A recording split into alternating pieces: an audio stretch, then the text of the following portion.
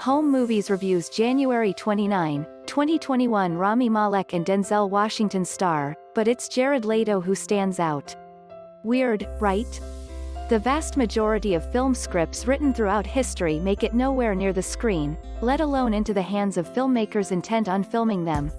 That said, quite a few screenplays actually achieve the latter but still don't ever get made.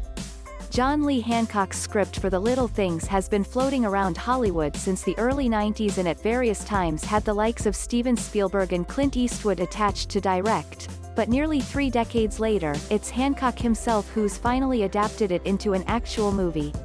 The possibilities of what could have been are lost in the ether, but as for what is, well, the film is missing more than a few of the little things. A serial killer is targeting women in Los Angeles. He kills them, puts a bag over their heads, and props them into casual positions, and while the case is assigned to a hotshot detective named Jim Baxter, Rami Malek, it also catches the eye of a podunk beat cop from outside of LA County.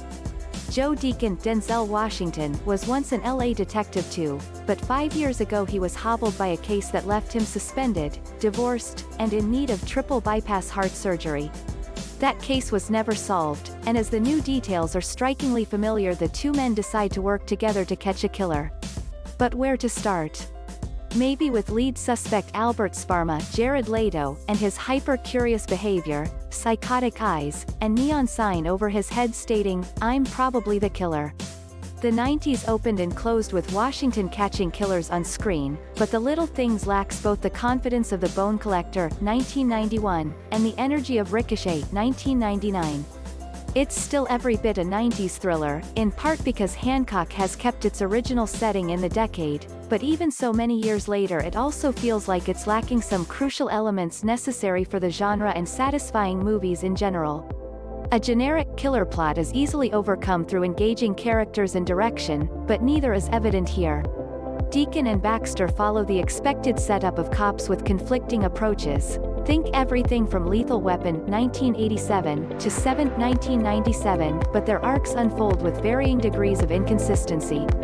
Deacon is something of a sad sack, and Washington plays him with a somewhat compelling pathos as details of what happened 5 years ago and what exactly it cost him come to light. He's lost none of his supercop detective skills, though, and is soon back in unofficial control of the investigation, for better and worse. Baxter, meanwhile, is introduced as a top cop, but he's almost inexplicably worthless as a detective. Worse, he's written as a guy already on the verge of cracking for no discernible reason, and Malek portrays him as if he has the most fragile of broomsticks up his behind.